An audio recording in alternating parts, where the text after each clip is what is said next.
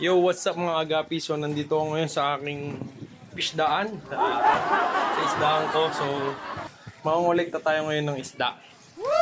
So, kasi si Bart, ay asawa yung misis niya, nandito na naman para bumili ng ating mga isda. Diba, binili niya nga yung mga EBM na nandito.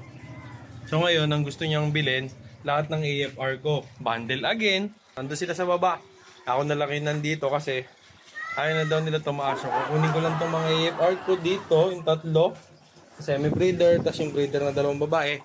Bibigyan ko pa siya ng dalawang lalaki galing doon sa red tank po, doon sa first floor na terrace. So, ito na. Nakolekta ko na yung mga AFR. Kung nakikita nyo, ang daming lalaki niyan, ang daming babae niyan. Yan, bundle yan para sa ating kaisda na si Boss Bart. Ang kanyang misis. AFR na breeder. Puro breeder yan. Nakikita nyo kung gaano kakisig yan, no? So, ito yung nakapost doon. Sorry guys sa lahat ng bibili ng AFR nagtatanong na nando sa may aking terrace. Pasensya na, wala na po yung isda. Ayan, nakakuha na ng mag-asawa. Wow. Sa lahat na nagtatanong na AFR, ito. Nakikita nyo, sobrang dami yan. Siyempre, di ba, sabi ko nga sa inyo, bundle na yun.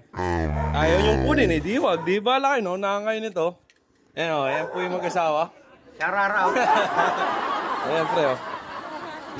Yan, so guys, it's all about gapi ulit. And yung dalawang mag-asawa, iuwi na yung ating isda. Salamat mga bossing. Napapanood ko yan mga Ayan na yung isda natin. Lalarga na sila, mga AFR. Boss, salamat. Gege. Thank you. So yun, thank you. And may nakabantay na pulis. Nahalak na kunin yung 1,000. Pasensya na kayo. Wala na pong AFR doon. Pero doon sa kabilang farm namin, may AFR pa. Sa lahat ng gustong pumunta pa doon and bumili ng AFR. Pero dito sa akin, yung mga breeder na malalaki na talaga, is wala na, nakuha na dahil nga magre-reset ako. Yun. So, pasensya na kayo. Pwede pa kayong pumunta doon. May mga semi-breeder pa ako doon na AFR fresh. Pero iba doon, pregnant na rin. So, mga anak na rin. Napakaswerte nun guys. Kung nakita nyo lang doon sa video kanina, pinapakita ko, sobrang lalaki na ng tiyan nung tatlong nanay. Ang laki na talaga. So, bubuga na yon anytime soon yung tatlo. So, yun lang. It's all about Gapi here. Thank you ulit. Follow, subscribe, and watch for more. Like and share. Bye!